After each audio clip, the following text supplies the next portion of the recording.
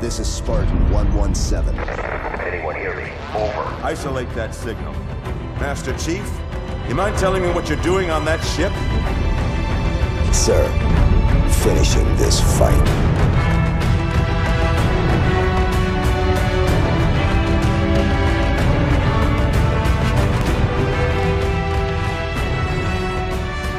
Welcome back to Finish the Fight, a Halo podcast. I'm your host, Jesse Reiners. And I'm your host, Alex Kendall. And today's podcast is sponsored by Audible.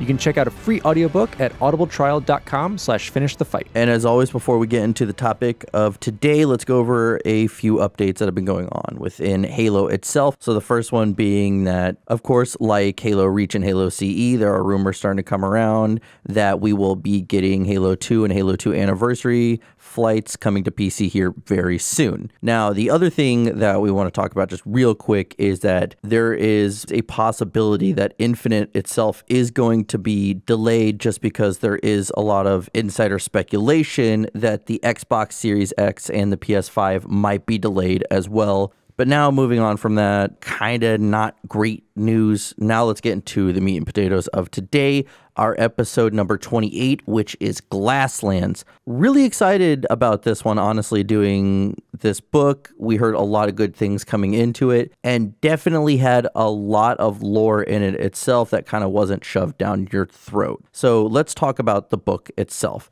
Halo Glasslands is the 9th novel set in the Halo universe, written by Karen Traviss. The book takes place after the events of Ghosts of Onyx, picking up where Eric Nyland left off. It outlines what Halsey, Mendez, and the rest of the Spartans in the Dyson sphere, where Onyx once was, along with the secret Oni mission to weaken the Sangheili further after the Human Covenant War.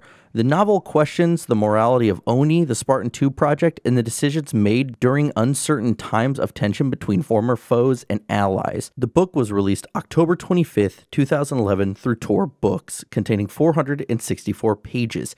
In 2019, though, the book would be re-released through Simon & Schuster, containing an additional 32 pages, totaling at 496 pages. And to give you a little background on Karen Traviss, she is a New York Times best-selling English sci-fi writer based out of England who has written dozens of novels, short stories, essays, and more. Traviss has had a number of careers leading up to her kind of becoming the sci-fi author that she is today. She was a TV and newspaper reporter, a defense correspondent, an advertising copywriter, a police media spokeswoman, and a public relations manager. She's also taught broadcast journalism and expanded young minds. And as well, she has spent some time in the Royal Navy Auxiliary Service and the Territorial Army of England. These actions, I guess, compiled together, bringing her to a culmination of where she is today, has brought her to be the sci-fi writer that she is. She would graduate from the Clarion Science Fiction and Fantasy Workshop and publish her first book, City of Pearl, in 2004. This novel would be shortlisted for the John W. Campbell Memorial Award for Best Science Fiction Novel. Her work has also been nominated several times for the Philip K. Dick Award for Best Book. Traviss has written books and comics for the Gears of War, G.I. Joe, Star Wars, and Batman Arkham universes, along with having written for several video games. She also refers to herself as a news journalist at heart. So now let's move on to writing the book itself. So Karen Traviss said that she was asked by, and I love how she always refers to 343 Industries as Halo, but she was asked by Halo out of the blue to write the book. This wasn't surprising because that's how she gets most of her writing jobs. It's just a random email saying, hey, do you want to write for this universe? Just like Star Wars, just like Gears of War. So at the time, she was at the Technicolor Sound Studios in Burbank, sitting in on John DiMaggio, recording Marcus Phoenix. She saw the email from Tor Books asking if she was interested in writing for Halo. So she turned to Rod Ferguson, who was at the time the Gears of War studio head, and she had asked if she would have a problem writing for Halo. He said he didn't mind, and as she put it, the rest is history. So like Bear, Traviss was given complete freedom when it came to writing for the Halo universe. When 343 approached her about writing the novel, they simply told her, it's 2553, Master Chief is missing, the universe is in chaos. Go. She was also told that nothing was off limits. All 343 Industries asked was that she would have her end game of her first two books lead into the next game, which we all know is Halo 4, and that she couldn't go past a certain date, which was Halo 4. She would be asked to expand upon some small details that would matter more eventually in the games. Essentially, she was brought on to help bridge the gap between Halo 3 and 4. Travis wanted to explore the other soldiers in the Human Covenant War who weren't Spartans, specifically the ODSTs. She would look at the Cold War for inspiration for the idea of a post-war being just as dangerous as the war itself, and what the intelligent branches of the government would do during this time, imagining herself in that situation that Oni was in. She still did have to work with existing characters, which she would come to examine. She would break them down and then recreate them using psychological profiling techniques. This is how Travis starts writing books. She starts with developing characters, actions, and motives, and etc., and this eventually leads to writing the plot for the novel itself. This would lead to Travis being thrilled when it came to writing about Margaret Parandowski. Travis actually does not play the games for the universe she's writing for. She says that if she were to start playing the games, she wouldn't get anything done due to her obsessive personality. I think we can all relate to that. Karen Travis was friends with many of the members of Rooster Teeth, listing them in the acknowledgments section of her book, stating she had the most fun she's ever had without being arrested or popping a vertebrae. She would also state that Frank O'Connor and Kevin Grace were always available to spitball ideas with. The cover art and title of the book would be revealed by Tor Books June 29th, 2011. Cover art was created by Eddie Smith, a former Bungie concept artist. The first chapter of the book would be available on Tor Books' website September 2011, as well as an excerpt of the chapter being available in the official Xbox magazine the same month. The second chapter would be available October 12th, 2011 on Halo Waypoint's website. Now, just to wrap this all up with some additional trivia, Travis has no favorite character from her book or the trilogy itself because she says she writes from a strict third-person point of view, so she never really has any favorite characters whatsoever. So also, Travis stated that she would have loved to have interviewed a real-life Dr. Catherine Halsey because she did compare Dr. Halsey to Dr. Joseph Mengele, which I think is absolutely wild considering Bungie kind of sent off Halsey being more of a nice, person with a actual conscience, but we kind of see a different Halsey in this book. Mm-hmm. So now let's move on to characters that we see in this story. So starting with humans, we have Dr. Catherine Halsey, Saren Osman, or Spartan 019, Chief Petty Officer Mendez, Vice Admiral Margaret Parandowski, Professor Evan Phillips, Vasily Beloy, Malcolm Geffen, Leon Devereaux, Fred 104, Kelly 087, Linda 058, Lucy B091, Naomi 010, Tom B292, Ash G099, Olivia, Mark, Lord Terrence Hood, and Mike Spencer. Now, for the Covenant, we have Jul Imdama, Thel Vadam, Avu Med Telkam, Ray Madama, and Levu Madama. And then finally, just for AIs, we have Black Box, better known as BB. So now we know everything that we need to know about who Karen Travis is and when it came to writing the book itself. So now what we're going to do, as always, we're going to go through a light summary of the book itself to give you a better understanding of what's going on throughout the plots. There's about 3 going on throughout this whole book. So the book itself does start, and we are picking up right where we left off from Ghosts of Onyx. We have Catherine Halsey and Chief Mendez trying to figure out what they're going to do because they're inside this planet, in this Dyson sphere, and instantly Halsey's starting to think about what's going on in the outside world because at the time that they're in there, they're still convinced that there's the war's going on. She doesn't know what's happening with Master Chief, with Cortana, and she even thinks about her daughter Miranda. And they're also trying to think about how they're going to survive in this Dyson sphere. They're trying to figure out, okay, is there going to be wildlife that we can eat? Is there, is this water drinkable? Like, what's going on here? So I like that it instantly picks back up where we left off from Ghosts of Onyx. And then afterwards, we move on to some new characters. Yeah, we jump over to actually in the future, and that'll come into play later. We're actually in 2553 now, and we are at the colony of New Lignelli. Lignelli? Something like that? Something like that. The Brunel system. And this is where we meet Captain Saren Osman and Professor Evan Phillips, and we see that they're meeting with a Sangheili a former Sangheili field master, Avu Med Telcam, and they're speaking to each other, and we realize they're doing an arms deal. Yeah, like something you didn't really expect, because I thought they were it was a prisoner at first, how they were kind of describing the situation, but that wasn't the case at all. Yeah, and so they basically, we end up figuring out that Oni's kind of behind this, and what they're doing is they're actually using these, I guess the best way to say, traced guns. Like they put this microfilm or something on it, and they're basically saying, you think that the elites are going to notice that anything's different with these weapons?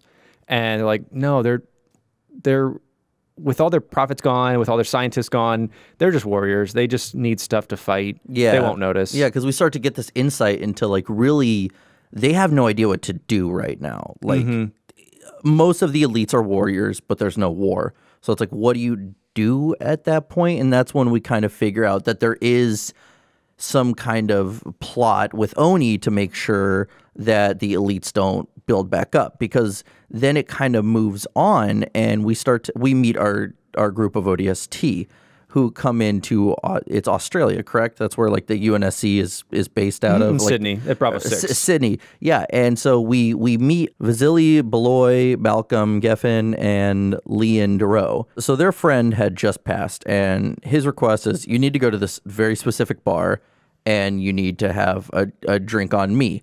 Unfortunately, when they showed up, that bar was destroyed, and they did see these construction workers clearing it out. And unfortunately, the best that they could do as a construction workers did give them a bottle of juice. So they were able to pass that drink around, have a drink for their friend, and pour one out for him, and then move on. And then this is where we see Margaret Parandowski in the book for the first time. So we see Parandowski, she's with Naomi, she's with Saren Osman, and she's with Phillips. And we also meet Parandowski's AI, who is Black Box, who actually just appears as literally a black box, because for some reason he's just like, I don't feel like taking on some kind of human form, so this is who I am. And I kind of like Black Box, or how they refer to him as his BB, because he is a little more witty, kind of like Cortana too, but I think his is just a little more funny. But either way, Parandowski explains to this group, who later becomes Kilo 5, she says, listen, we need to start an insurrection within Sangheili culture, because we cannot allow them to get back to their former glory, because we never want to find ourselves in a situation that we were just in a few months ago that the war had ended. So that's their mission. Basically, they're there to go behind enemy lines and cause a civil war within the Sangheili, but maintain the peace treaty that the Arbiter is trying to establish with humanity.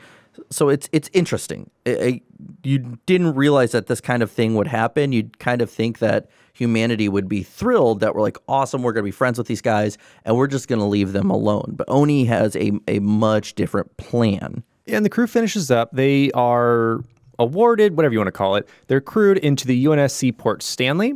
And before it actually heads out, they get a notification, because they're jumping into, they're prepping for slip space. And they're like, we're prepping, we can't handle it right now. What's this message? And it's from the UNSC Eridne, and that they're having technical problems. And it requested help, because they end up jumping out, and they realize that it requested help from the insurrectionist-controlled colony of Venencia. But the colony refused to cooperate, and this is kind of where we leave off there. Later, we do learn that Valencia does actually turn on the Eridne and actually shoot it down. And then we jump over to Madama on Sanghelios. And this is where we meet Jewel for the first time, who is a former shipmaster. We're going to learn that a lot of these shipmasters, who pretty much are warriors and only know war and fighting, are grounded. They're kind of COVID-19ing themselves right now, and there's really nothing going on, and they're all just kind of at home. The war is over. We realize that the Huragoks are gone, the prophets or the Sangheili are gone, and it's kind of trying to get back to life, but what do you do? Because we also learn, if you didn't know the lore already, that the Sangheili have pretty much, let's call it, had prophecies over the Sangheili for, what was it, millennia? I think so, yeah. Correct us if we're wrong, but millennia or two. And so this is the first time that they're quote unquote independent, and they're trying to figure out what to do. You know, they've broken ships. They have all these things that they personally can't repair because They had repairmen for it. Yeah. They had underlings that could carry stuff. Yeah. And we're seeing this dissidence between, especially the jackals, who are just now pirates again. Yeah, they're just like, we're fine. We'll steal your stuff. Yeah, now that there's like no economic interest within this covenant for them, they're kind of working with the humans, they're working with the elites, they're working with the brutes. And one thing that we also learn in this is that there are also brutes, for some reason, that are still loyal to some of the Sangheili. And grunts as well. They're helping them like farm on Zanghelios. Exactly. And this is something I don't think we really thought of whenever in Halo 3 we're seeing kind of the Great Schism start and you see that brutes are attacking you no matter who you are. So it's kind of interesting to see that background story of it and to see that, yeah, I mean, after this war, people just kind of chose what they were loyal to and where they're going. So, little Sangheili history, getting back to it. So we are with Jewel, and he's heading out to see Lavu and to go see the Arbiter. And we're learning a bit with Jewel and Lavu. Jewel is not a huge fan of the Arbiter. He still has that full resentment of humanity, still thinks of them as kind of like bugs that should be exterminated, and doesn't see the purpose of this ceasefire that Thel Vadam wants to propose. Yeah, well, it's also a lot of elites still believe in the Forerunners as gods. They thought the Sangshayum were liars. They're like, okay, they used our gods to manipulate us, but we still worship our gods, the Forerunners. So there's also that debate that keeps popping up throughout this whole entire book. Yeah, and that's why they have some resentment. Yeah, because it's that going back and forth. Because we're going to learn that there are different factions within here, and Oni is supporting one of them to try and cause that dissonance of let's call them believers and not believers. Yeah, that's kind of where we are. People who are trying to create, unite the universe, and then people that believe that the Forerunners like the all-being gods, and these are gifts from them. Yeah. Well, because then Jul 'Mdama, he goes to this, I guess, this gathering where the Arbiter is, which I think they mention that the Arbiter is trying to not go by that name anymore. That he's trying to shed the Sangshayum title for him, I guess. Yeah. And so he gives this giant speech to a bunch of former shipmasters and whatnot and says, listen, like, we need to be friends with humans. Yeah. Like, at the end of the day, there are good warriors. I fought beside them. Wonder who he's talking about. And overall, I trust them. I really think that we should bring them together. I'm the leader now, so sucks to suck. That's what's going to happen. And then I love that he straight up says, if you disagree, come try to assassinate me. And then just moves on. And isn't this where Jewel almost like puts his hands on his plasma pistol or something, or doesn't he kind of get tempted to do it, but his buddy says, don't do that? Yeah, this is where we really start to see Jewel's anger and see that he's not really good at controlling it.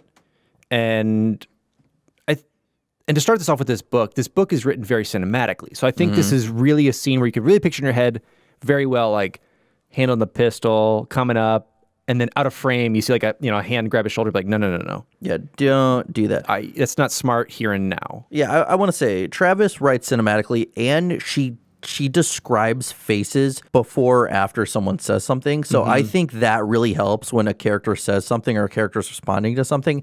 That really helps with visualizing what's going on. She's really good at making things visual for you. I will say that. So we continue on, and Jewel ends up returning to his keep, gets calmed down, and he has a talk with some of his neighbors as one of the 400 monuments is destroyed. And they're kind of like, well, I mean, they're not gods, so it's whatever. We're kind of moving on.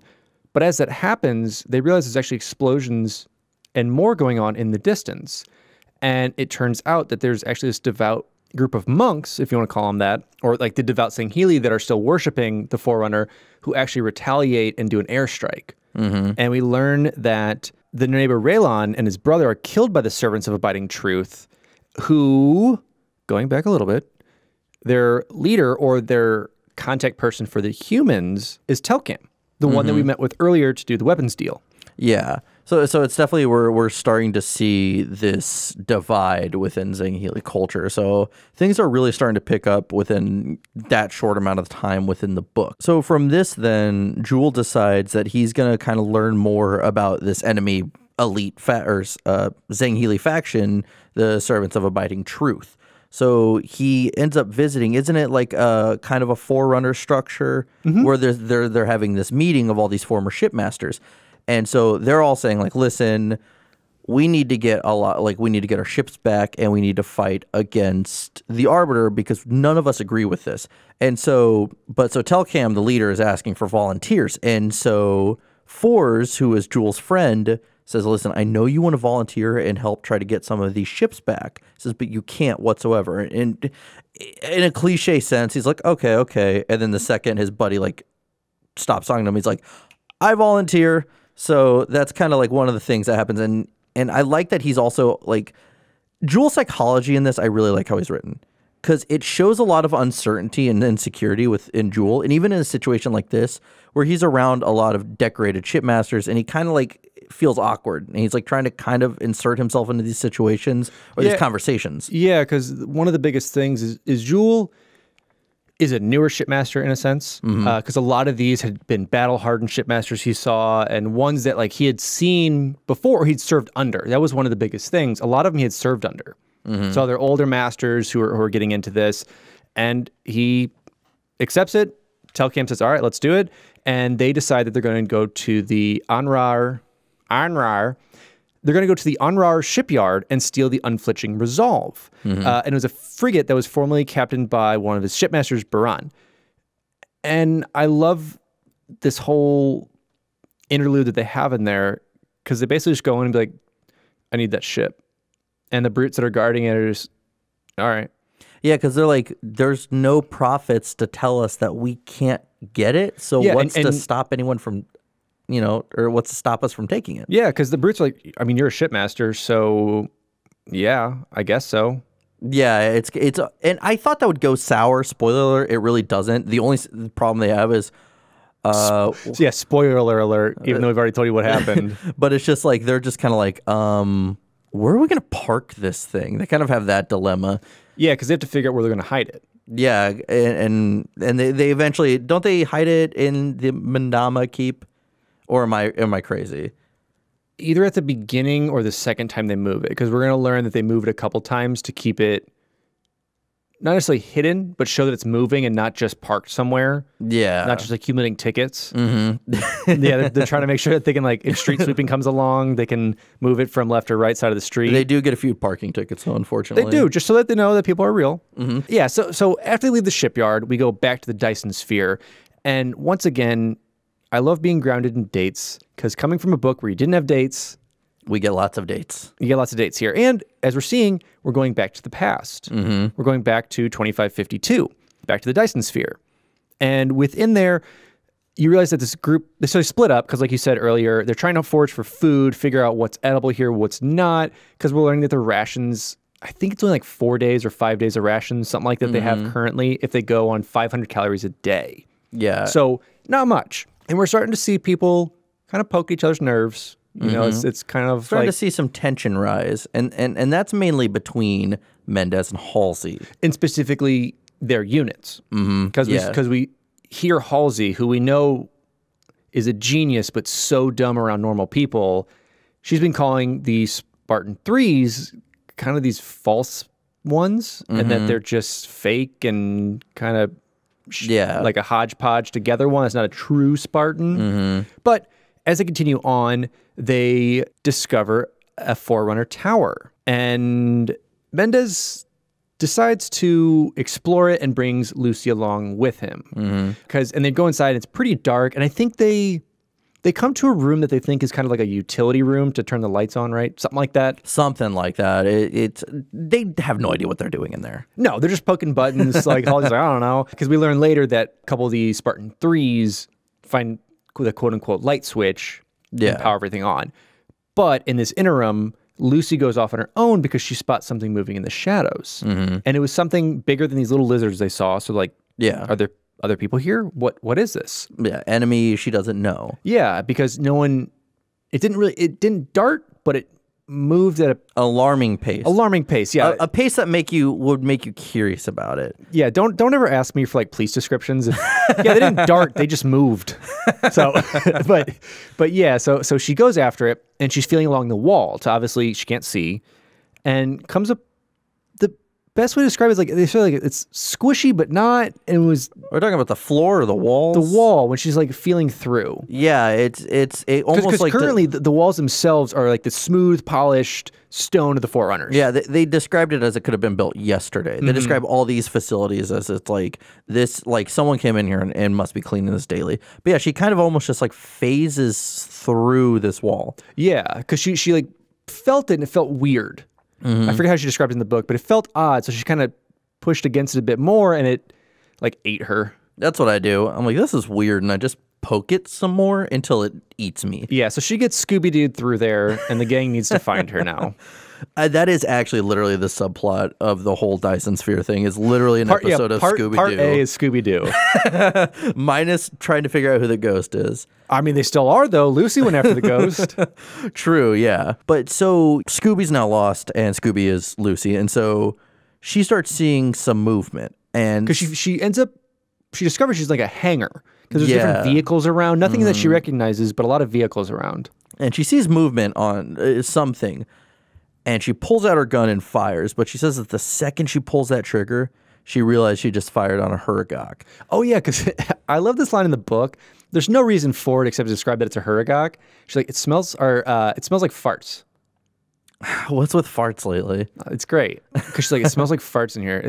And I love that she even put it that Lucy didn't want it to be comical, but she couldn't help that all she could like smell was farts in here. And we're trying to describe this to you and be serious, but it's not working.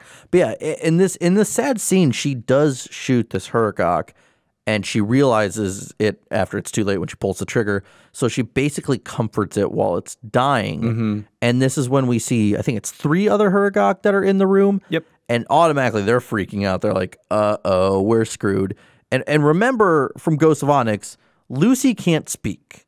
She can only kind of give gestures and whatnot. Yeah, because she went mute after her entire team was wiped out except for Tom. Like the travesty and the chaos. It's PTSD. Yeah. So and they said, and they say later on in the book that she will only write down coordinates or draw a map. She won't even write things down. Like she won't spell anything out for you or nothing. So now we have this challenge of she has to convince these Huragoks, who clearly know the lay of the land, who, you know, technological geniuses, they'll be able to understand things. She needs to communicate with them. She needs to figure out how to get out of this room, this hangar that she's in, and convince them that, listen, what she did was an accident and that she's not going to hurt them. And this starts with an exchange of, like, she gives them her helmet, they fudge with it a bunch, and then all of a sudden she puts it back on her head. But when she gets the helmet back and she puts it on, she says it sounds like she's not wearing one at all. She said she couldn't tell if they messed with the acoustics of the helmet itself or maybe they improved the speakers, but that's how they kind of start this relationship. And I think, don't they eventually take her to this kind of glass wall, and that's how they start communicating, because one of the Huragoks eventually does figure out how to write English for her. Well, it goes back a little bit. So in her helmet, they improved it and gave her 2 different channels, basically. 2 different icons she didn't recognize. One was for that audio improvement. One, she tried to press buttons, move the helmet around, and wouldn't do anything. She later learns that it's an improvement to her mic system. And that's when she tries to communicate with the Huragok and looks around, is there dirt on the ground? Is there something I can write in? Because right now they're just doing sign language and they're just trying to mime some stuff and figure it out. And at one point she points to her, like herself and her throat and just shakes her head no. And that's when the Huragok leaves and comes back with this kind of murky water. Oh, yeah. It's like a nutrient paste. Yeah. And it's like trying to get her to eat. And she's like, I don't know how to communicate. Then they eventually make their way over to kind of like a tablet system. He uses what he found in her helmet, all the different letters, to kind of be able to translate that onto... Before that, they dig through her rucksack. And she's dumping it out. She's like knocking everything out. And she realizes that... because I think one of the Hergoks starts messing with something else, and there's a couple other things that happen, and she realizes that on her underpants, she has her name inscribed on there. Yeah, because she said that's like, they go into some detail, like that's what you have to do, or you will lose your underwear forever. Yeah, and like a pile of all the different clothes. So she like pulls it out, points at it, and then points at her, and like points at it and points at her. Well, the Hergok does a sign for his name, points at him, does a sign, and so she's like, I still don't understand that. But that's when he establishes a tablet system, sets it up for his cilia, because remember, on their tentacles, it's not just like a big alien-y pokey tentacle, there's also like little fingers on it, and starts typing out multiple messages that she's trying to figure out, realizes she can't use the screen, and that's when we learn that he is prone to drift. Prone to drift. I still love how they're named, which is just, that's like if we name people how they walked. Like, I would be low to the ground or slower than others. So wait, so humans get their name like 7 years later? Essentially, you're just baby. Well, Baby and child. Well, yeah, because Hergoks, they're not born, they're created. Yeah, and it was like the Forerunners and then other Hergoks can create them. I think we learned that a little bit. Yeah, because Hergoks, if we haven't learned this already, are basically descendants from the Forerunners. I think this might be the first time it's actually said. Yeah, I believe it is, because later we'll learn that these Hergoks that she's talking with have never been in contact with anything outside of the Forerunners. They've actually been in this Dyson sphere the entire time. Yeah, because they're waiting. They're like, okay, we're waiting this whole thing out. We know there's this war going on right now, but we're gonna wait until our bosses come back and say, hey, you guys are good to go. Well, it came to, they keep asking, like, why are you here? Why did the shield world activate? Like, what happened? And then they talk it back, because eventually they get the machine working. They can talk back and forth. Did the halos fire? Yeah, and they're asking, like, is it still out there? Is this threat, this is the flood? Yeah. So it's kind of like sad because they are waiting around for the Forerunners to come get them when they don't realize. And we do learn that time moves slower in this hangar, because eventually we learn that Lucy's been gone for days, but essentially for her it was hours, because Mendez and Halsey and all them assume she's dehydrated. They're like, it's the first thing when they find her later on, like, here's some water, and she's like, no, I'm good. But that's jumping a little ahead. But Lucy is still trying to convince him, like, please let me out of this room. I need to see my friends again. And so Prone is kind of having trouble deciding whether or not he should, because he does tell her, like, listen, you are the one thing I've never been able to fix. And she says, listen, my friends will be able to fix me, and I can promise you that they won't hurt you, because that's another one of his concerns. He's like, we don't, like, there's only 3 of us now. Like, we don't want to get hurt, and we don't want to get killed. And she's reassuring him. She's like, as long as I'm with you, they're not going to do anything. I promise you. And then we jump back over to we'll kind of go with Dyson Sphere crew, Oni crew, Elite crew. That's kind of where we'll stay with this, because those are our 3 main groups we're going to be following. So we jump back to our Oni crew aboard Port Stanley. And Port Stanley has just exited slipspace near New Linelli, and Osmond arranges to meet with Telcam again to say, hey, we got more weapons for you. We got this whole deal going on. You're going to love it.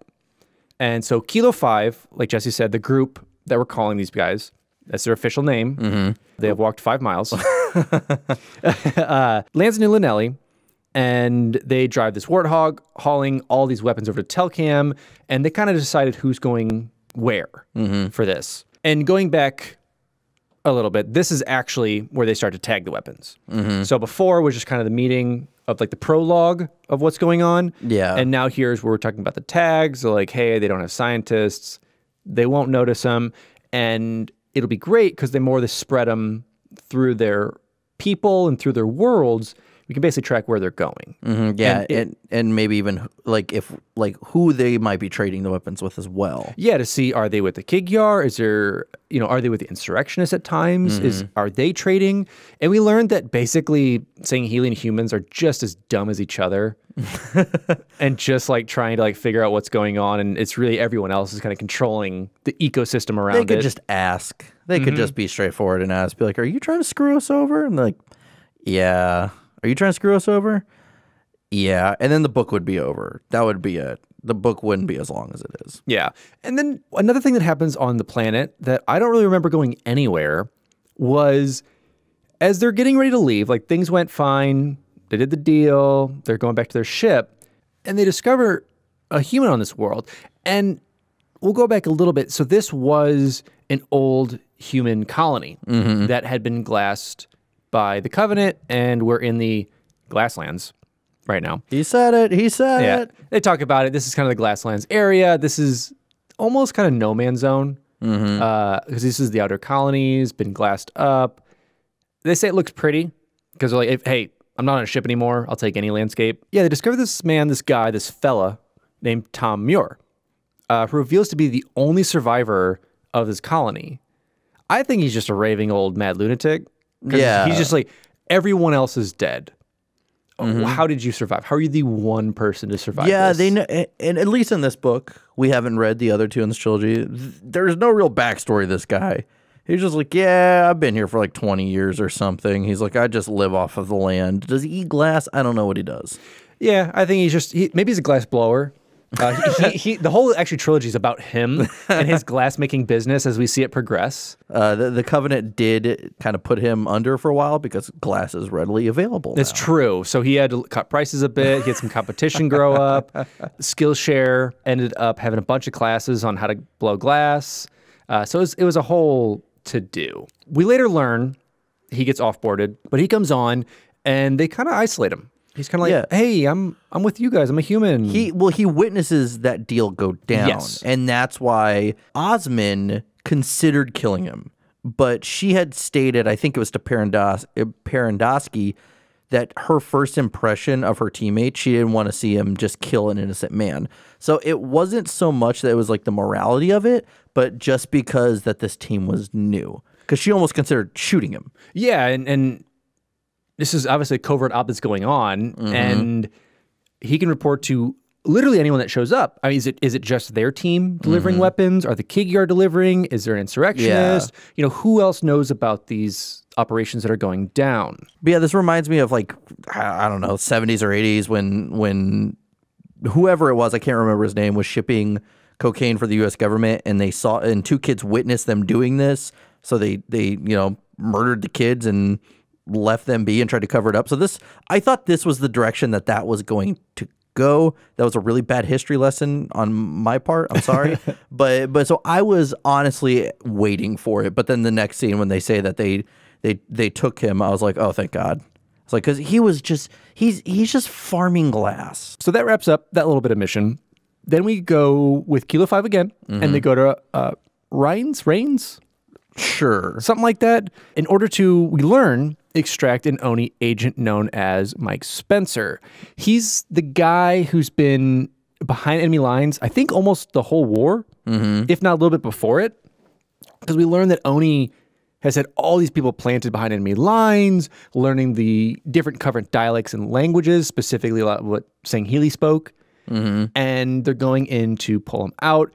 Because I think at Rhines, that is Sangheili controlled? I thought, or is it Kiggyar? I know there's Kiggyar there. I'm trying to figure out what the whole planet was. I know there's Kiggyar.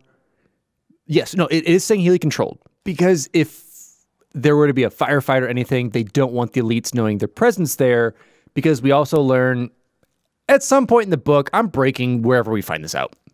The ship itself is cloaking. So they kind of cloaked in. They're dropping in to pick him up. And the ODSTs hop out. You know, they're scanning the area. They're like, he's not here. You know, he's going to be late to this drop-off site. Because they had radioed him ahead of time saying, hey, we're coming in to pull you out.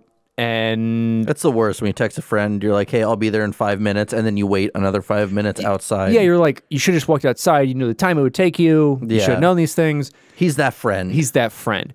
But he also asks, oh, did the Admiral say he was pulling me out? And they're like, no, we're kind of doing our own thing here. Because Lord Hood was kind of like still ruling this. So they're kind of all going above Lord Hood. We're learning that Oni is kind of shutting him out of a lot of things. Yeah, even though Lord Hood is supposed to be the top dog, we're learning that he actually isn't. Yeah, he thinks he is. He's kind of the figurehead of everything. And so they're going in to pull him out. they reach there. They're like, where is this dude? Like, we told him what time we would meet him at this specific coordinates. And they learn that he actually, like, pops up behind him. And they even, like, notice that he was there at all. He's like, oh, it's like a mine shaft. That's where I lived. And they didn't notice him at all. He comes up behind him. He's like, oh, yeah, I just came out of that mine shaft. I had my little base was in there. You know, it was pretty cozy. And he has all these rucksacks with him. And they ask him, did you burn it down? Like, oh, yeah, I burned it down. Some weird joke. He's like, I burned it down as if I was wearing underpants on fire. A joke went past me in the book. But you know what? Swing and a miss, struck out, and moving on. This dude's been living, I think he was by himself for 2 years, like working within this inner network of all these Kigyar and elites and talking with people. I think it was just Kigyar. I don't think he ever met with the elites. But getting this working, and which I can relate, being about a week into quarantine, self-quarantine now, you start going crazy. You start talking to your dogs more than you usually do. Listen, me and Meatball, we're having some deep conversations now. No, so as he's talking about this, we see out of the tunnels, they train their rifles over, and a group of 6 or 7 Kigyar, something along those lines, comes out of the same mineshaft tunnels he was just in. And I believe one's kitted with a human sniper rifle. They've got some needlers, maybe some other hodgepodge in there, but mostly needlers and that sniper rifle are the big weaponry. Yeah, and don't they just try to go their separate ways? They're like, hey, we're like, good to see you. You got our stuff, whatever. See you later. And the Kigyar start kind of pressing them and kind of questioning them and are basically just trying to stir it up for no reason. Well, they end up going to the ship. Because this wasn't the main ship they were on. This is like a drop pod not drop pod, but a smaller ship, not a Pelican. I don't know what it was. It's a ship. And they went down there like, this is, how about we go and drop you off somewhere? We'll take this ship. Because I think they offered he's like, here's my assault rifle. Like the ODST was like, here's my assault rifle. You can take it. We're good. You can take what's in that rucksack. Here's my bag. It's basically getting mugged.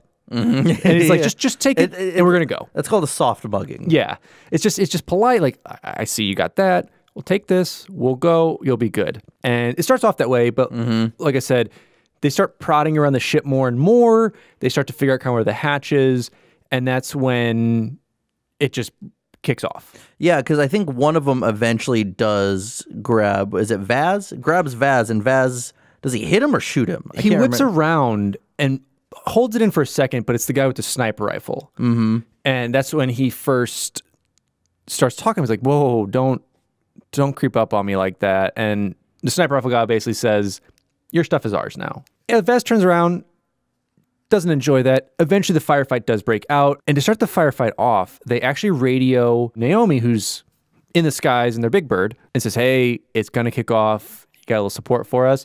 And I think they offer some aerial support through a fire strike or something. I forget what they do with that. Takes out the sniper jackal. Fight ensues. Everyone pulls out their guns. All the jackals end up dying. And they radio back to Osmond and say, hey, sorry, it got hairy. And Osmond, who we're telling is a great, I don't want to say corrupt, tactful, inventive Oni, soon to be leader, says, all right, here's what you're going to do. Grab all those bodies. Bring him in. We can use him to plant some evidence later. Yeah. It's something that just occurred to me that I want to go back to. This was the beginning of the book. Naomi kept looking over Osmond, and she was super confused about something. Oh, yeah. And so finally she realized, like, wait, I know you. And Osmond, it's like, yeah, people, sometimes you guys don't recognize me, but Osmond actually was a Spartan washout she was a Spartan 2 washout. And she so she was Saren back then. Yeah. And she did get brought into Oni. They undid a majority of her augmentations, and that's where she is now. Yeah, because she never got the skeletal. I think she washed up before that, and that's when Parangowski came in. Parangowski, and she says, I want that one, and kind of has groomed her this entire time. Yep. And so, yeah, so that was a detail that I wanted to throw in because that's very, very important. Yes, and we're going to learn this later on, that the exposure of really what the Spartans 2 were is a huge critical aspect. We're going to see in the later books. But at one point, as this crew is getting to know each other better and be around each other a lot, even BB gets on like a lot of the jokes. They start, riffing on each other.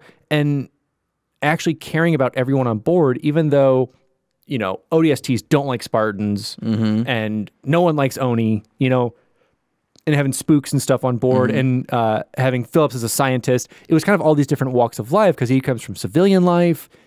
They start to really appreciate each other. And that's when Saren Osman reveals to everyone, just so you know, I was a Spartan too. Yeah. You know, she reveals all this stuff, and she reveals a lot of what happens, because we also learn at one point that she, along with Perengowski, had access to Halsey's journal. Yep, yeah. Halsey's journal gets brought up a lot in this book. So it's one of those things that if you weren't even familiar with the journal having a physical release, you at least know that in the lore it exists. Yes, so go listen to our episode on that. Yeah, so going back down to our ground forces, they bring the bodies in, they storm away, because I think, is it Vaz makes a joke, oh, like, you know, we got to put this in the cupboard next to the brutes and the jam. They're like, oh yeah, next to no, it's BB. Is it BB? He says put it next to the dead brutes and the jam, and then he goes, just kidding, there's no jam. Yeah, and then actually, oh, we do have brutes in here already. And it's just, ooh, this is very interesting. All right, so we've picked them up back into space in our Corvette, and we're now 6 hours later. They've now exited slipspace near Venencia again in order to meet up with destroyer Monte Cassino to transfer over our Oni agent and our glassblower, as he has been come to know. But before they get their exchange going, they go and try and help the Eridne, who had been calling earlier, hey, we got some mechanical issues. But as they send out some support ships, it gets decimated, gets destroyed. Yeah. And so they realize that from the planet side, they actually shot up. So they actually had weaponry to be able to take out these ships in space. So they're learning that they are having suppliers from somewhere, whether it's scavengers, jackals, wherever, that this is happening. And so they go out and they're trying to search for survivors. But at the same time, one of the planetary delegates leaders says, no. You don't get to search for anything. Like, this is our airspace.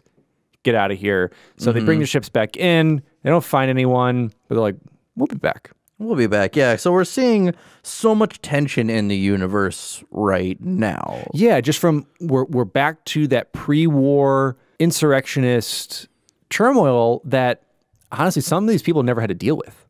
Yeah. They even, like, some of the ODST talk about, like, yeah, I remember learning about that when I was younger, because it was like Operation Desert Storm to us or something like that. Like, yeah, it was 27, 30 years, depending on kind of where you are. And if some of them are 35, 40, like, they barely know about it. Yeah, and even before that, because the Spartans were created for that specific purpose. So, you know, if you're going way back, some may not know if they're fresh faces. So, unfortunately, we don't deal with that. So, yeah, so they're warned, and then eventually, from the ground, they do fire an artillery cannon towards the ship.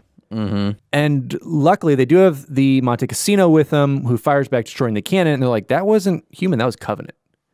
So the Covenant are definitely giving supplies to these insurrectionists. Yeah. But finally, Port Stanley does meet up with Monte Cassino, and they transfer over Spencel and Mira, the glassblower, which then returns them to Earth. What will happen with them is beyond me. Yeah, and unfortunately, that's a pretty long way for slipspace. That's going to be some time. And some may ask, what are you going to do on that ship during that time? I wouldn't know what to do. Yeah, would you ask that?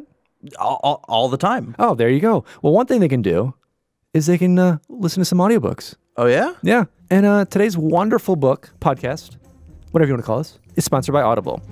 So Audible is giving our listeners a free book today. So, boom, get your book, listen. I know you guys are cooped up a bit, just a little bit. And this will definitely help out. So at audibletrial.com/finishthefight, Audible is giving all of you guys a free audiobook, and that's multiple different programmings they have for it. You can pick up Glasslands, or you can pick up Thursday War coming up if you've already had that, or Primordium, or pretty much any of these books that we have coming up to be able to catch up before the podcast comes out, or after it, kind of at whatever option you have. That's our preferred method to go about this. It allows us to take notes and listen at the same time instead of kind of crunching through a book and going through. And it just makes driving easier, which we don't do anymore. There's really not much we do anymore. We don't do anything other than this. We don't do anything but this. So download your free audiobook at audibletrial.com/finishthefight. And again, that's audibletrial.com/finishthefight to get your free audiobook today. Thank you, Audible, for sponsoring today's podcast. So then moving on, after they get done listening to some of their favorite books on audiobook. Yeah, covers everything. But yeah, so essentially, and correct me if I'm wrong, but Phillips kind of learns through Sangheili transmissions, could be totally wrong about this as well, that this ship that's nearby has a Huragok on board. It's a Jirohanai ship. So they're going to try to get this Huragok because throughout the series, we're learning more and more how much of a commodity Huragok are because they're mechanical masterminds. So they end up boarding this Jirohanai ship in order to... It's not a big crew, if I'm correct, right? It's only a few. I think it was 6 or 7. I think it's like the same number as the jackals that we fought earlier. Yeah. Because I think at one point when this firefight does ensue, I forget which ODST says it, he counts a number and then more come out, he's like, your numbers are wrong. Yeah. Something like that where he's just like, no, you were wrong, there's more. Yeah. We do get this cool scene of Naomi taking them out. It talks about how she punches one and doesn't knock it out, but kind of breaks its jaw or knocks some teeth out or something. And then at one point she grabs one, is squeezing its throat, almost breaking its neck. We get a really cool scene out of this where it's okay, Naomi is definitely proving her worth here. Not that she didn't have to already, but... Yeah, I know the one thing that she does do, she breaks one of their spines, and with one of them, they take him down, they put a rifle in his mouth and just open fire. And they got that from Legends. Or no, he did that in the eye, though, not the mouth, the eye. They just know as long as it's face stuff. If there's some kind of opening in the face, just stick a gun in there. But afterwards, this is when they find the Huragok, and they talk about how they have to tackle it and make sure it doesn't get away because it sees all this go down, so it freaks out and tries to go. It tries to Zoidberg out of there. And they even said when they landed on top of it, it just sounded like air coming out of a balloon. It was like wheezing as it's trying to do it, but it just sounds like it's a high pitched kind of squeal. Yeah, so a lot of fart jokes and innuendo in here, but you know what? We accept any and all fart jokes in the Halo universe.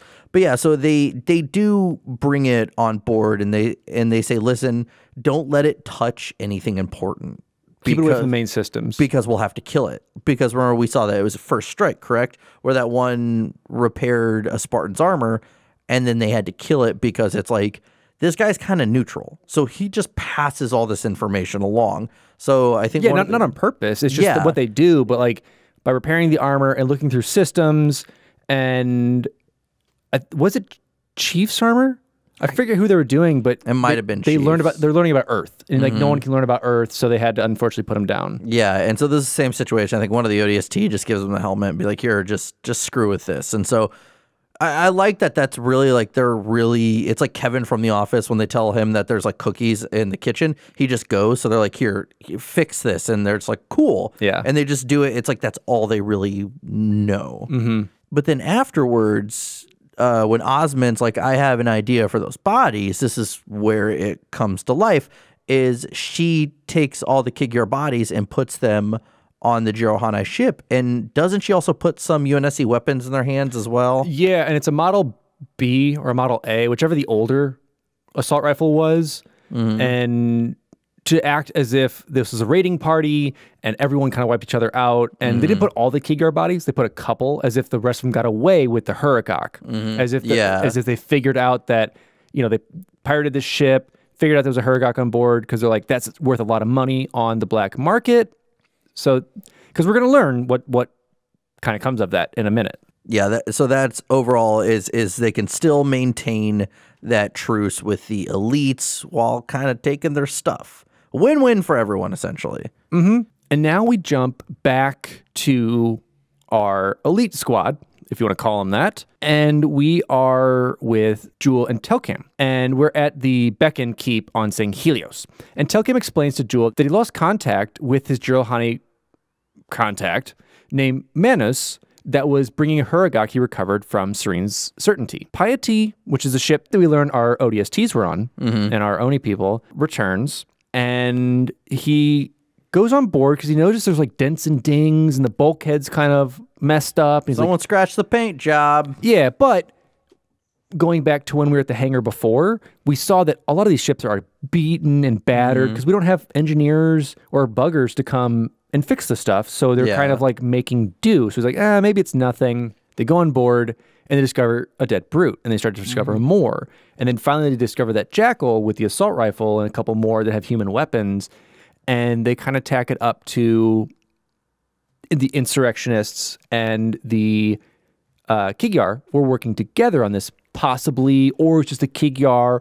They're trying to drum it up because because they had learned that there was Kigyar chatter coming from Venencia, which is the planet that we saw some of the Covenant tech that shot that ship down. And so they tacked it up, kind of putting one and one together, because this goes back to like the brutes. They're not going to pay attention to these bullets or the broken spine. They're just going to see people dead, this body dead. It's them. You know, they don't have that. They're not like, you know, LA noiring it to try and figure out what's going on. Reading the facial expressions, reading their faces doubt. going up and down. So they find that out and they're like, okay, we need to get on this because there's two things could happen. One, the Kigyar figured out about it and are selling on the black market to make a killing. Or two, the Kigyar are getting more brave and confident and might actually challenge us. Yeah. So like neither of those options we really want. But later we see that Jules suggests that they should have moved the Unflinching Resolve, which is that ship that has all the parking tickets right now, to the planet where Telcam receives his weapon shipments. To kind of put them all together because they don't... When you're running a criminal empire, you got to have outlets. You got to figure out where you're doing it. This guy wants to put them all in one egg basket right now. Not smart, but he's like, listen, this is getting hairy. We got to do something. It's called offshore accounts, son. All right. You don't want to use one bank for all your money. You don't want your bank in Ireland, your bank in Switzerland, and your bank in the Bahamas to all come to the States because you're paying a lot of tax then. Exactly. And so as they're, you know, going on about this, Telcam refuses and saying, listen, I can't give you the name and location. I promised my contacts it would just be me. That way, you know, loose lips sink spaceships. So it's better if I just know, and we'll figure this out later. Jules not taking that, and he says, no. I'll just come then. We'll leave the ship here, but I want to meet your contact, know who I'm working with. And once again, Telcam says, listen, dude, it's just me or it's nothing. We can't do this. Yeah. So Telcam arranges another meeting and starts to go out.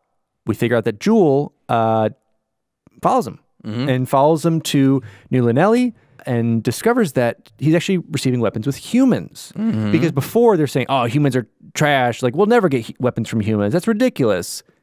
But that's what they're doing. Yep, exactly. And at that point, all of a sudden he's attacked and he gets the tar beat out of him by Naomi. Like, she very swiftly just kicks the crap out of him, and all the ODST hold him down, and he thinks he's going to die. So he's kind of embracing it, but Osmond's like, no, we're going to take a prisoner this time. So they package him up and they take him on the ship. And they even said that at one point he had he couldn't even talk because he was like choking on blood and like his own teeth because they were broken off. Naomi like slammed him or punched him. Yeah. And like just shattered teeth. And I describe this scene as just like quick, just like the punches flying quick, and just it was like out of nowhere. He's on the ground and he's taken out. It's like American History X, like the beginning of it. Yeah. Getting curb stomped. Essentially something like that. But yeah, so then he's like, I'm in a situation. This kind of sucks because you got to remember he has a wife who he said that I think at one scene at one point he's like, I'm just going to go do this thing. I'll be back soon. Not soon anymore. But, you know, now we have that just went down. So moving on, going back to the Dyson sphere, we have this whole section that really is one of my favorite parts of the whole story. And so we're back on the Dyson sphere, and the search for Lucy is continuing. So she's communicating with the Hergok right now, trying to figure out, like, let them know, like, hey, listen, please let me out of here. My friends are looking for me. And this is, I think, right around the time that she does learn that she's only been there for hours, even though she thinks that she's been in there for like 4 or 5 days, because she sees Mendez talking almost to himself, like, she's been gone for 4 days, but we're going to find her. Yeah, because to go back to when we first started exploring the Dyson sphere, there were these little, like, canister robots that flew around, and we're learning that they were kind of sampler robots for the Huragok to be able to pull samples from organic creatures, to tell what's going on, and also as cameras. So they're able to view what's going on aside. And they kind of follow them around sometimes and then kind of don't. That's a whole little thing. Listen to it on audiobook. You'll know everything. But so it then switches to Halsey and Mendez, and Halsey starts kind of poking at Mendez like, listen, you should have told me about the Spartan 3s. I would have helped. And they kind of get into a little bickering match here, but it's still not bad. Like they've done it a few times, but this is the more subtle one where they kind of get in this, like you kind of said, like Halsey's trying to do diplomacy right now, and Mendez isn't having it. Yeah, he's just getting at her and like, listen, like, you wouldn't have been able to like keep your hands off this. This would have been way out of hand, and just so many other things that like, it's like, let's enjoy this. Because a little before this, we're seeing them still ration, and Halsey's kind of talking to herself and figure some stuff out. But the Spartans all come back with like, they found a fish, they found more lizards and birds, and like, we're going to be, eating good tonight. So it's kind of the first time they're really sitting together and enjoying this, but Halsey brings it up, causes this stir, and it's kind of like parents fighting after divorce, and like the Spartans chose mom, the Spartan 3s chose dad, and they're kind of sitting there awkwardly, like not wanting to do anything, but it's going down. But as it occurs, they go back over to the Forerunner structure and see Lucy's coming out. They have the rifles trained, like, oh, Lucy's here. And she like waves and like thumbs up, doesn't say a word because she can't. And they see behind her, there's more shadows, and it's the Huragok coming out. And they're like, oh, is a Huragok here? And they're obviously, don't fire on them. They're friendly creatures, no bomb strapped to them. Yeah. So they start this dialogue of like, oh, like the Huragok have been here. What's going on? Yeah, and so I think isn't this when Mendez does have to break it to one of the Huragok that the Forerunners aren't coming back? Because I think at this point there's a communication going on between Lucy and the Huragok, because she finally does decide to start writing, and that's at least as far as she can go on like this little tablet. And so they're talking to all of them, saying like, listen, we're waiting for the Forerunners to come back because they're off fighting this war right now. And that's when Mendez is kind of like, hey, sorry, bud, Forerunners are no more. And you see one of them just goes back to the group and they kind of mourn. But moving on is that Halsey's talking to them later on and saying like, listen, I need you guys to send a message to my people letting them know that we're all alive. Like, we can't stay here. And the Huragok are like, we have orders no matter what, unless it's Forerunner, unless a Forerunner comes here, we can't reach out to anyone. Like, that's just our orders. It's simple as that. And the scene starts to escalate because you see Halsey puts her hand, I guess she has a sidearm, she puts her hand on her sidearm and starts getting closer to the Huragok and is like, you need to do this for me. And we start to see that Mendez and everyone else is like, please stop. And at one point, I think Lucy grabs her arm and is trying to pull her away. And, with Halsey being the person she is, she won't take no as an answer. But this is finally, this is something crazy that happens. Lucy decks her in the face, which I can only imagine how bad that hurts. And doesn't she say no a handful of times? So it's the first time she's spoken in like 7 or 8 years. I think she's 20 years old. And she says no. And so everyone's kind of like stunned by that. So after Lucy does that, Halsey takes a step outside, and that's when Mendez tries to go and talk to her.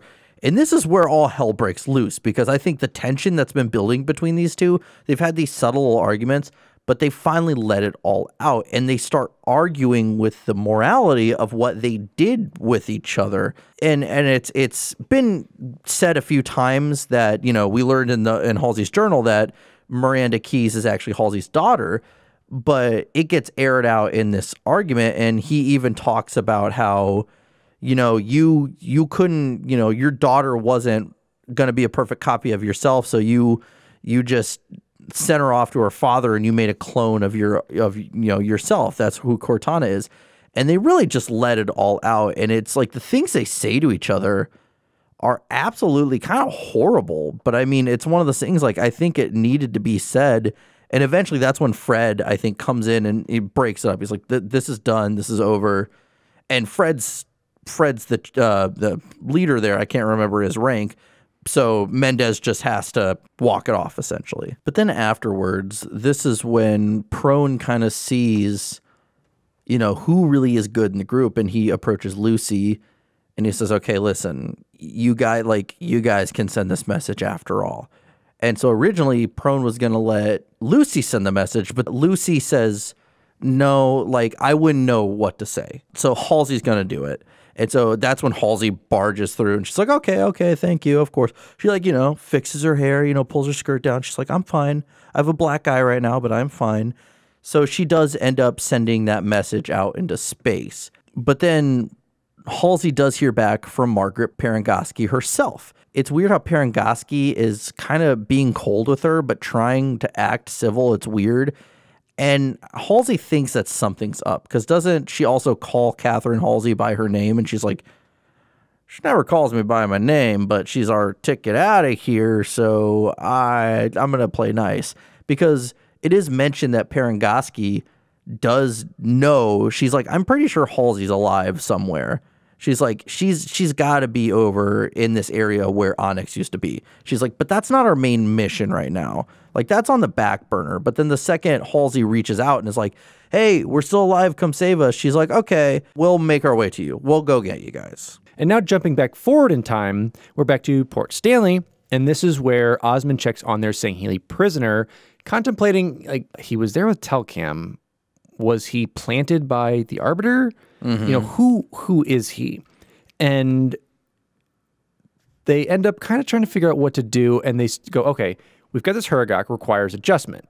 And so what we're going to do is we're going to pin him down. We're going to cattle prod him. And the Huragok's going to go in and try and figure out more data on him. Because all we know is his name. And that's about it from doing a scan on him. Yeah, he's like, the Huragok's going to try to like read his armor or something to get some stuff from it. Try and read his armor and see if they can't pull some stuff from it. The old stuff. Things. Yeah. And so they go in, and this is where, you know, Phillips notifies Osmond of the Sangheili's name, whereabouts, and discovers he is known by Telcam. Phillips begins interrogating him in a way that I really enjoy, because it's told from Jules' point of view. Mm-hmm. And Jules, like, he just keeps showing his teeth in this weird way and arching his face up, like smiling at him. Uh-huh. He's like, I don't get why humans waste time baring their teeth trying to be nice. Yeah. And showing all these different emotions with it.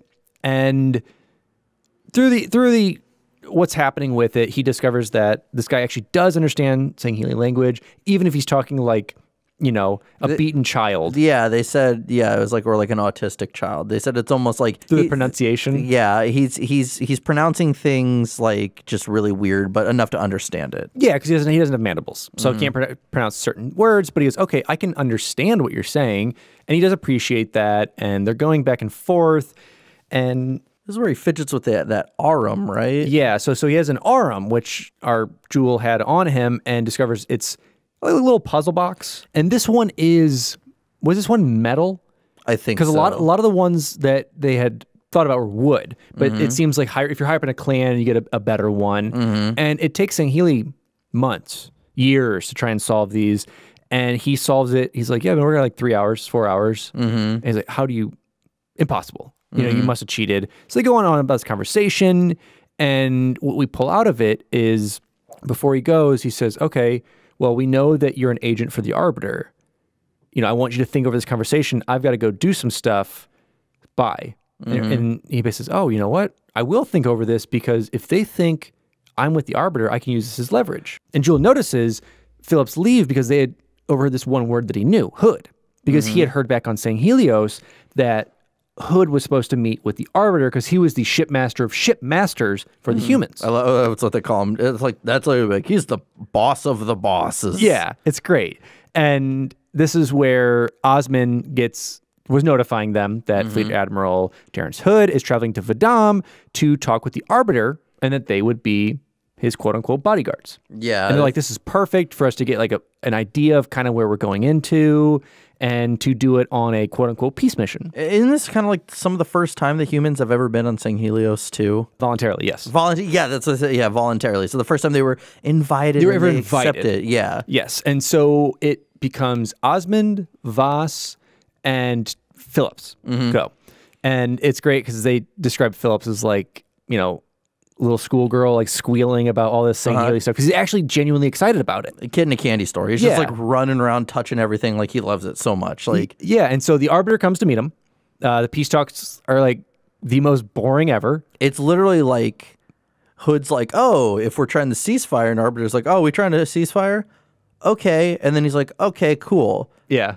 And I'm not even kidding. Just add 2 more sentences, and that was the peace talk. And I love that because even Osmond talks about it. She goes, why am I here? And she's like, if this goes, if this were ever to make it a history book, it's going to be embellished and flourished and say there's parades but in reality, all of us here will never talk about it because we can't.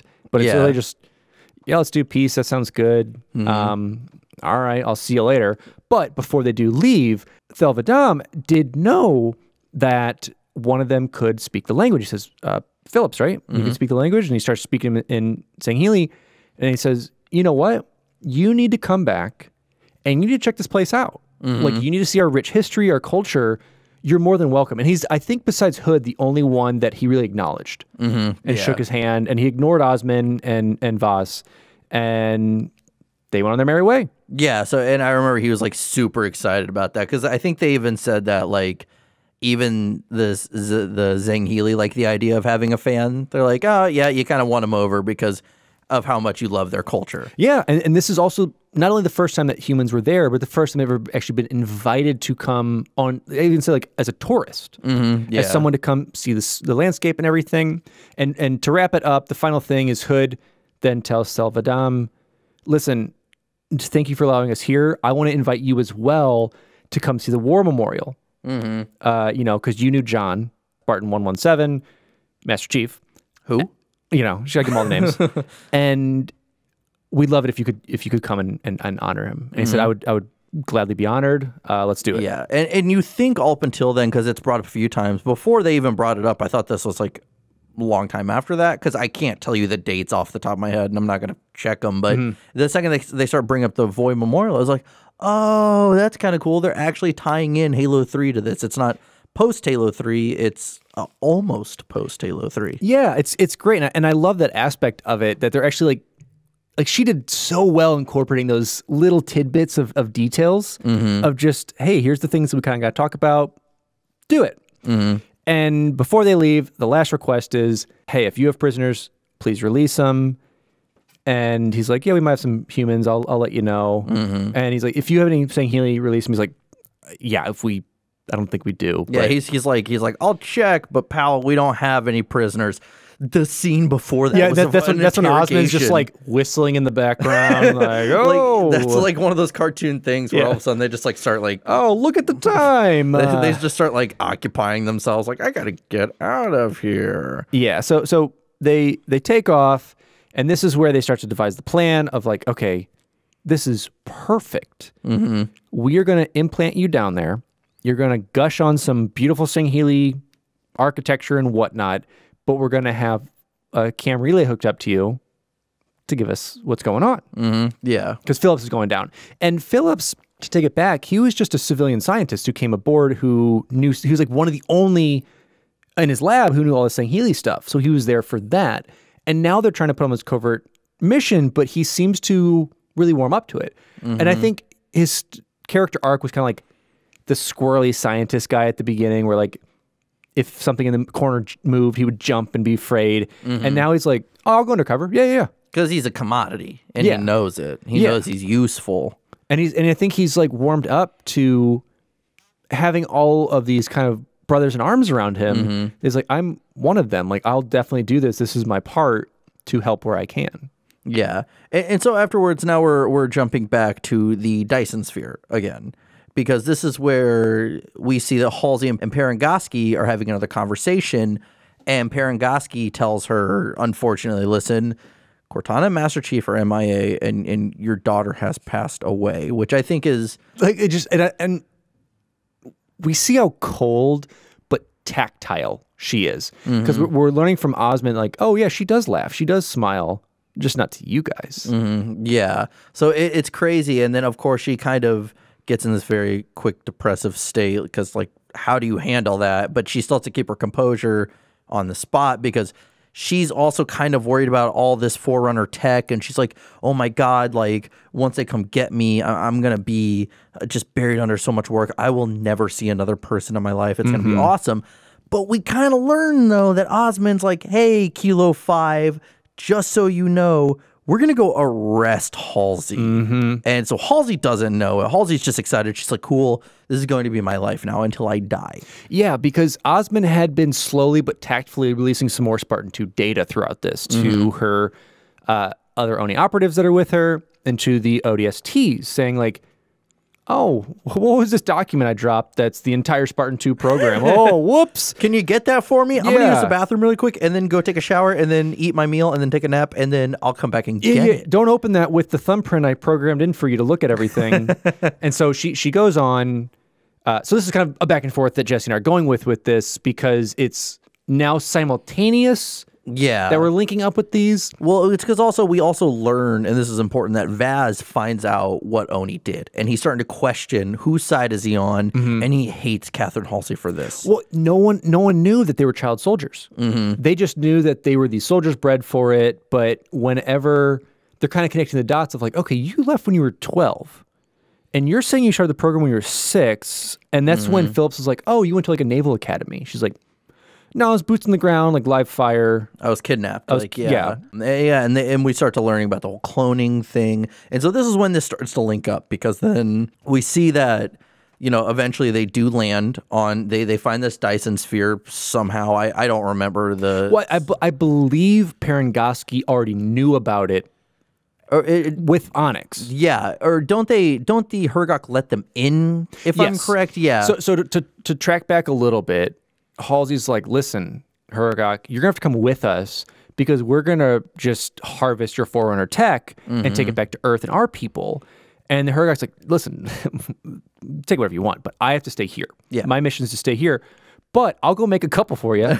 that's like, we need a mechanic out here. I don't have any spare, but I'm going to go make one for you. We're going to go have a kid. Yeah, we're going to have a kid. So they go back, and being original Hergoks, it's like a full lineage of them, because I think Lucy had figured out that they had been there 100,000 years. Yeah. Yeah, because I think that was quote unquote our time, present day time. Yeah.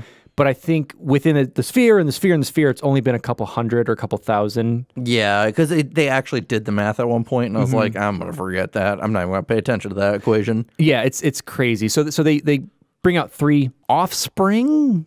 Best way to describe that, I guess. But 3 made Hergoks to take with them. And he says, okay, these will be specifically for you to work within that technology because we need to make sure that it stays in good hands. Yeah. And so Kilo 5 lands, and at one point, everyone's excited to see not only Osmond, but Naomi as well, and there's kind of like this quick little warm welcome. Clearly Halsey, everyone in the group is like kind of giving her weird eyes from Kilo 5, and finally that's when Osmond is kind of, you know, she's kind of being a little casual, but then all of a sudden she puts her hands behind her back, her legs go spread apart, and then she arrests Halsey, and basically is like, you have no Miranda rights. She's like, we can basically do whatever we want to you. And that's when Vaz and the other ODST go and arrest her. And I think Kelly's the only one that kind of perks up and is like, what are you doing? Like, don't you know what she's done for us? But I think Halsey kind of is like, it's okay. Like, yeah, she's like, I knew my time would come. And it's weird because she went, it was like a flip of a switch. She was like, oh, thank God, I'm just going to do this for the rest of my life. Like all this Forerunner work. And then all of a sudden she's like, wait, how did I not see this coming? Yeah, that makes sense. And to take it back a little bit, before they arrive, so the Hergoks brought the Dyson sphere back to normal space, and to kind of christen the shield world, they're like, we can't call it Onyx. And Mendez, you know, requests Parangoski and says, how about we call this shield world Ambrose for Kurt? You know, for that. That's when Halsey jumps up and says, no. What if we call it Trevelyan? Because that was actually Kurt's true surname before we took him into the program. Yeah. She's like, that's one thing I can do for him. Yeah, she said that's like 1 out of 1,000,000 sins that she has just atoned. Yeah. But yeah, so either way, she gets arrested and she's now in the bunk, and or not in the bunk. Why did I say bunk? She's on a jail cell. Maybe there's a bunk in it. I don't know. She's on this bunk. It's a literal like 1920s jail cell on this ship. But anyways, and so we see Vaz once again laying in his bed, and he's reading through all these files, and the amount of hatred that he has for Halsey is just insurmountable. And you know how I said that Travis compared Dr. Halsey to Joseph Mengele, and he says that in the book.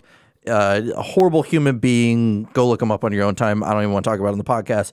But so he makes that comparison and even says, if someone could go and find out that they're dealing with a Hitler or a Joseph Mengele right now and shoot him in the head, why wouldn't they? Mm-hmm. So he goes to make his way to do that. He has a gun in his hand, and I think it's BB who actually comes on the comm and says, you don't want to do this. Yeah, it's not going to change anything. And BB even gets in his head saying, she's not the only one. Yeah, like whatever, like the second you shoot her, someone will take her place. Yeah, well, and she's not even the only one that was part of the program. Mm-hmm. Yeah. Because it comes up later that he talks with Mendez and is like, how could you stand by and let this happen?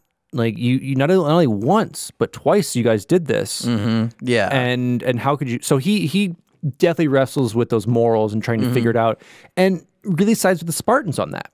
And it's like, I couldn't imagine like not knowing who my family was, not knowing what's going on with these things. Like, I hope, that they figure this out. And I think in the end, doesn't he read Naomi's profile?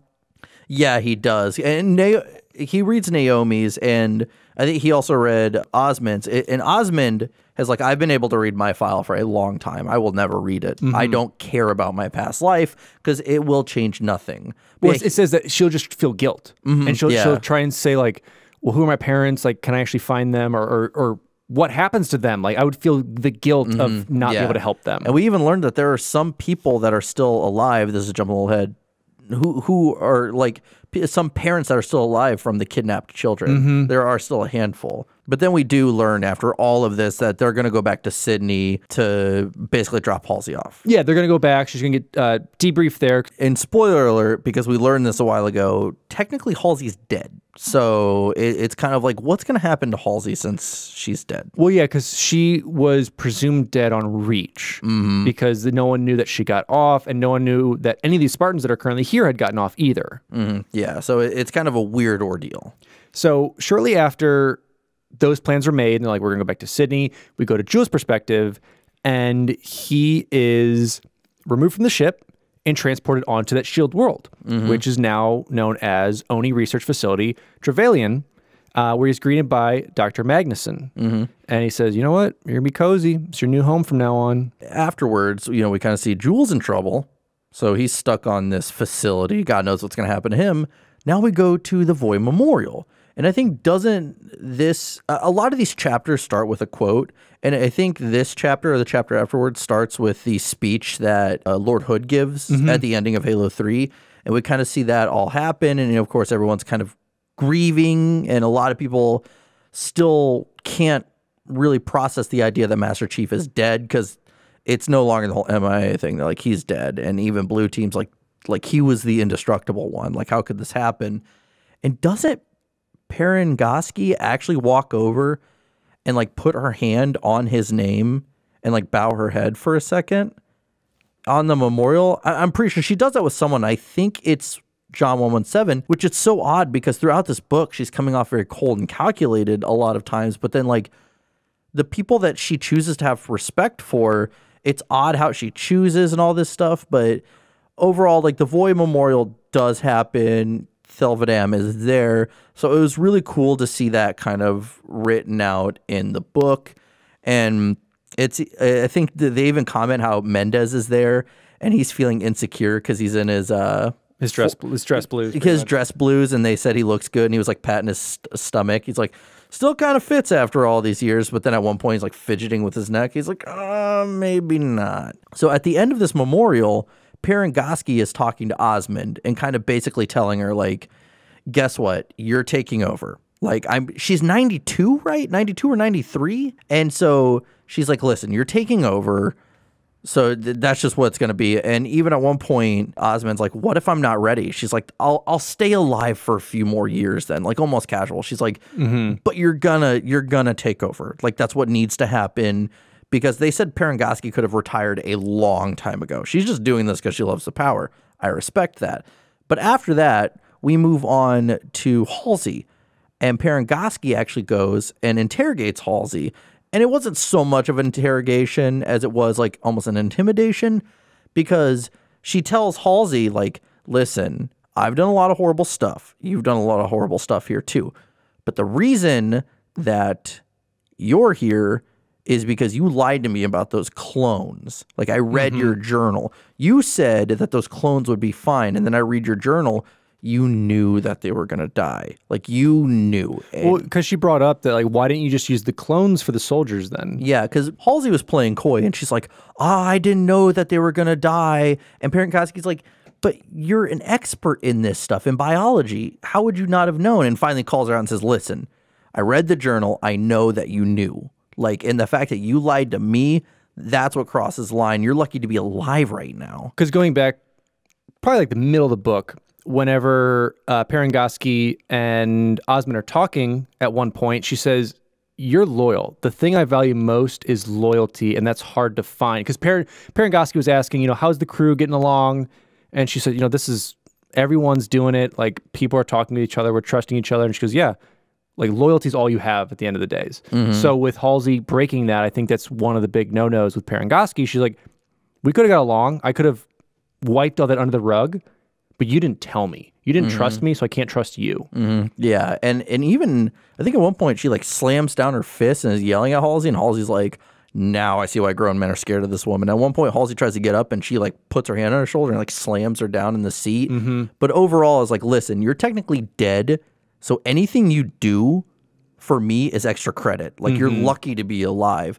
And leaves the room, and I think at one point even shows her like her deaths, or shows her like it's her plaque. It's her plaque next to Ackerson. Yeah, so it says she's like who actually did die a hero, even if you didn't want to hear that. Yeah, so this is your life now. So you're gonna be doing stuff for me. So Halsey still will be doing some work for Oni, but not at her own leisure like she thought. And this is also a little bit before that, where we do figure out that Parangoski and Osmond have like, okay, we're going to put Phillips undercover. Yeah. We can't do nothing with this invite from Thel Vadam. We're going to put boots on the ground with you. We're going to get you in there, and, we're going to try and figure out what's going on. Yeah. And when he does eventually, don't they say they have like it's like a cyanide shot that he would get from the radio he's carrying if he's like discovered or something? Yeah, I mean it's a drug cocktail that, so they're gonna put a segment of BB with him that's gonna be in his radio transmitter, that at any point he doesn't have to take the cyanide pill, quote unquote, but BB would administer it. So you'd have an AI be able to monitor this situation better than a human trying to push his luck further or not take it far enough. Yeah. And also one other thing that happened whenever she said she's going to be appointed is that Parangoski also told Osmond about Project Infinity. Oh yeah, we do learn a little bit about the Infinity. So she's saying this is, a ship that has all the tech we've been able to harvest from the Forerunners. It's, she's like, people kind of know about it because we couldn't hide this on the bankroll. She's like, it was just way too much. But this is going to be one of the highest tech ships, and you're going to pretty much be in control of it when you're admiral, or when you take over my position. So you need to know about it. So she had that. So now we go ahead a little bit, and now we're with Port Stanley again. So they've taken off. They've done their fun stuff. They've had a little drink. They're off, and we are back to Venencia. Yeah, and this is whereupon Mal and Vaz go and land on the surface in these disguises that are kind of like militiamen. They have like armor on, but it's like beaten up. And I think, Vaz has like a scar. So like he already blends in with this like rough and tough group. Yeah. And they're going to be picked up by their contact, Spencer. So the same guy that we found in the mines. And Spencer picks him up in this kind of beaten up Warthog, but it's like a civilian transport with it. And they're like, oh, there's actually like law and order here. And he's like, yeah, like this planet's untouched. Like there's like cities and bustling. They're just assuming I think what a lot of people think when you have an enemy and you like demean them and put them down, you're like, oh, they live in a hovel in a dirt road. Yeah. But it's like, no, we've been thriving. Like, there's a toll booth. There's a woman in a dress. Like, it's a whole thing. So they're sticking out like a sore thumb right now, like trying to look all like rough and tough. And everyone's like, I'm just wearing jeans, dude. I don't know what you're doing. Yeah. So Spencer ends up taking him to his hideout in New Tyne. And I love it that like they all have like these root cellars and they go in. It's like secret cool base as it is. And he starts to show them pictures of the insurrectionist leaders. He says some of these, you know, you may have seen, some have been leaders for a long time, but I need you to get to know their faces. And as they are looking through these photos, Vaz just kind of stares at one and goes off. And that's when Mel goes down to Vaz and says, hey, you awake? You alive? What's going on? And Vaz comes and says, I think I know one of these people. And they look at the tag on it, and it's the same last name that they pulled from Naomi's file. And realizing this is actually Naomi's father, who's an insurrectionist leader. So you're like, uh-oh, that's not good. No, he's a good guy because Oni sucks. But yeah, after that realization, then we move on back to Phillips, which, by the way, it became a joke in the book to call him Phyllis, since Zangheilis can't say Phillips. They say Phyllis because they can't make the P and the S sound. So we're going back to quote unquote Phyllis, but he's on Zanghelios. He's thriving. He realizes that he's kind of becoming very, very popular quickly because he can solve Aram puzzles within about a half hour. And all these Sangheili just keep bringing him all of these puzzles. And this is after he explored everything for a while, but they keep bringing him these puzzles. And finally he solves one, and he notices that this piece of paper comes out. And so he actually reads it, and it's written in English, but you can tell it's really bad. And it's like, you should not be here. Like, something's about to go down really quickly. And so when he got on the surface, he was assigned kind of like a guide or like just a babysitter. Yeah. And so his babysitter's like, where'd you get that one? Or he's like, where'd you get it? And he's like, I don't know. He's like, well, that's the one the monks make. He's like, oh, can you go take me to the monks then? I'd like to see more of these. So he ends up ditching him. So he meets up with Telkem, and he's like, some stuff's about to go down right now. You really shouldn't be here. Like, this was probably the worst timing on Earth. So then, as this conversation's going down, an explosion happens and blinds the camera. And this is when Kilo 5 realizes, like, we have to get him out of there now because this civil war is probably happening right now. Probably a lot sooner than we expected. And so that's when Osmond is like, get the rest of the squad and let's go save Phillips. And that's it. That's the book. Yeah, so we're left on several cliffhangers, kind of all around. Once again, that brings it back to that cinematic style I was talking about, where it sets it up really well, it's described really well, and it's all in that, you know, quote unquote Hollywood cliffhanger style. Yeah. You know, we have Jewel, who's just kind of left to be like these creepy scientists. We have Halsey, who's in like her bat cave, just stuck, going to be doing work forever, potentially. We figured out Naomi's father's insurrectionist, and now we've got this explosion.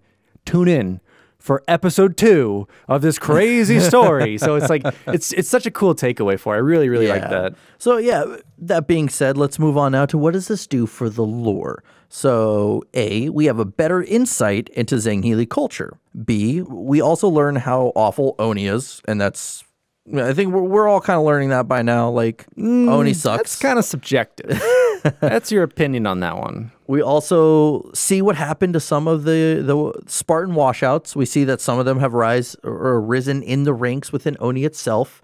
We see post-human Covenant war tensions between multiple factions at this point, so I think that's crazy. I put in the notes, he said nanotech. I think I forgot to mention that Naomi has Gen 7 armor or something, and they talked about how she has nanotech that repairs its own armor, which we'll bring up on our Halo 4 episode, obviously. I just wanted to plant that in there right now. For Alex's lore stuff that Jesse misses completely, you know, showcasing to get more into that post-Covenant human war, but to showcase the different aspects of the alien races and how they interact, and to show that we saw in previous novels, the Kigar were pirates and traders, well, how prevalent they are and just how much goes into it. And to see really what Sangheili is without the prophets, without the Huragok, it's coming to shambles and that civil war is starting. So we're seeing those aspects. We're now seeing what really happened with a lot of the records from Halsey's journal, like how did that fall off happen? Where are these records that Oni holds? Because Halsey said, oh, those records should have all burned up on Reach. And she's like, I'm Parangowski. I know literally everything. Parangowski, son. Yeah. I know where everything is. And I have everything. So plenty of those things have occurred with that. So the lore has definitely shifted with it. Some things that, quote unquote, we, the audience, knew. But now a lot of people in the story know, and we're seeing much more on Oni's involvement and hands all across the universe. And really, this terrible, terrible organization is really controlling the universe itself. Yeah, and it's all for the sake of good. We're trying, whatever. So now let's move on to the reception of the book. So fans were eager to revisit Halsey, Mendez, and the rest of the Spartans left inside the Dyson sphere after the release of Ghosts of Onyx once Glasslands was released.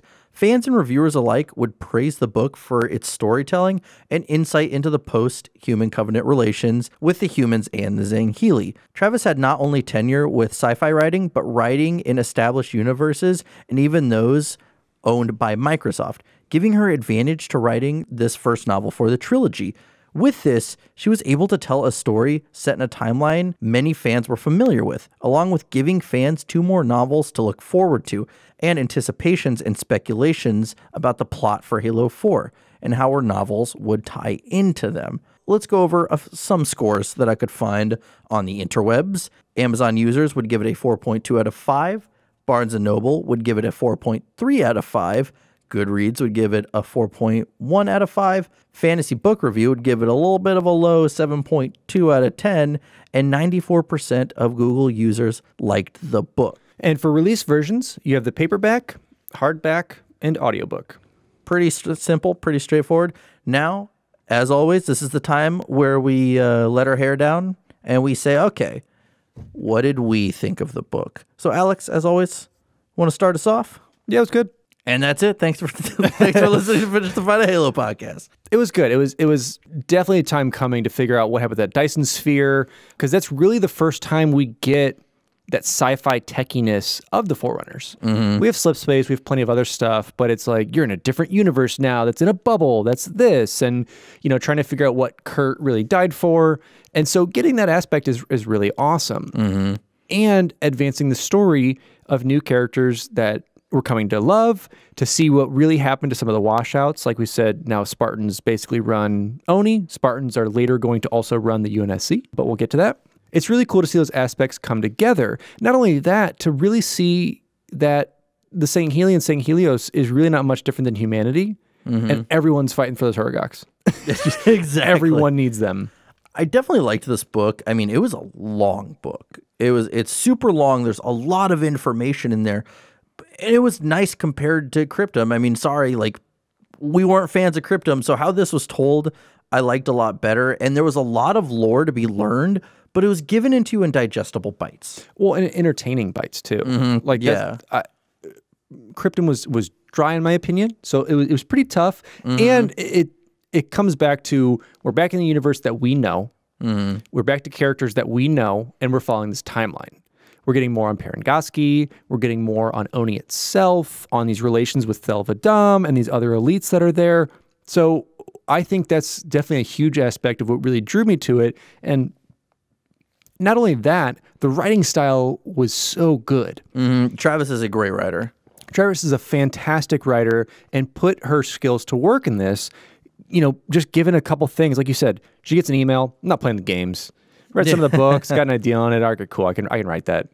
Yeah, so I think, she has an awesome insight into what's going on, and even just as I said earlier, how she describes how people's faces look before they say something or how they react to something, I think is awesome. I think she really captures that, and I mean, so many times she made me imagine the faces. I just know that, like, as Alex and I explained, Kilo 5 does a lot in this book in this short amount of time. It is a little hard to keep up with sometimes because it's like, okay, they're on this mission, now they're on this mission, now they're doing this, now they're doing that, now they're on Sangheili for like literally 5 minutes, now they're at the Void Memorial, now they're doing this insurrection thing. But as you had said, it was told very cinematically, and I think this is one of the first books that we've covered where a majority of it had a cinematic feel. It just didn't have small cinematic segments throughout it. So again, I did like this book. I think Travis is a great writer. I am looking forward to the next two books. So the next one's Thursday War. So I'm looking forward to that. I'm really excited to see where the story goes because it's like, oh God, is Phillips going to die? What is going on with this Sangheili revolution? I've played Spartan Up, so I kind of have an idea about Julam Dama, spoiler alert, but what's going to happen to that guy? So it's all really interesting to see. Like, when is Osmond finally going to take over? I am for sure looking forward to the next book. Yeah. That being said, that was Halo Glasslands. It's really cool to go back to the Onyx storyline. I was really excited to see where that was going to go, and I'm excited to see where the next two books take us. But with that, I think I will say, because of how long and how much information is in this book that I sometimes find unnecessary, I'm going to give this one an 8 or an 8.5 out of 10. So that means Jesse doesn't like to read. No, I don't. That's why it was not that long, in my opinion, but that's okay. Like 500 pages almost. Yeah, I mean, that's an average book I read, but that's okay. Not for me. I'm a short story man. It's understandable. Yeah, I don't know. It was good. I would probably give it 7 bowls of sludgy, a Forerunner food, divided by an infighting of mom and dad, but plus a lot of social distancing out of surviving this outbreak.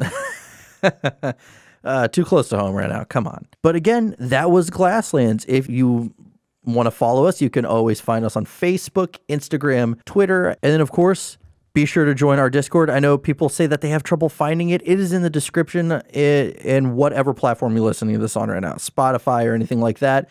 Speaking of platforms, though, you can find us on any and all podcast platforms, whether it's iTunes, whether it's Google Podcasts, Google Play, Spotify, Stitcher, and YouTube as well. Anything you can think of, we're there. And as always, we want to thank those who've been supporting us through this, those patrons. We really, really appreciate it. If you haven't heard of already, we have a Patreon where you can listen to post shows, bonus episodes a little bit early. We have polls to vote on what our next bonus episode is going to be. We have a private Discord. We have plenty of different outlets that are just really awesome that we really appreciate all those who've been a part of it. And it's one of the major ways you can support us. If you can, we really appreciate it. If not, no worries. But want to thank those right now. AngryCanadien, Baby Z, Brent Oni 14122494BB, Charles Zitter, Cowyn Fong-Feliciano, Duststorm, Francis, Grant Dillon, Harvey Chong, James, Yervasi, Colonel Panic, Taqtix, DragonFire, Mr. Chofe, Pascual Orozco, Skyjack, and ZZ Slipaway. Thank you guys so much for the support, and we're going to continue doing this. You guys are the MVPs, and this would not be possible without you. And with that, I'm your host, Jesse Reiners. And I'm your host, Alex Kendall. And thank you for tuning in to Finish the Fight, a Halo podcast. Halo. It's finished. No. I think we're just getting started.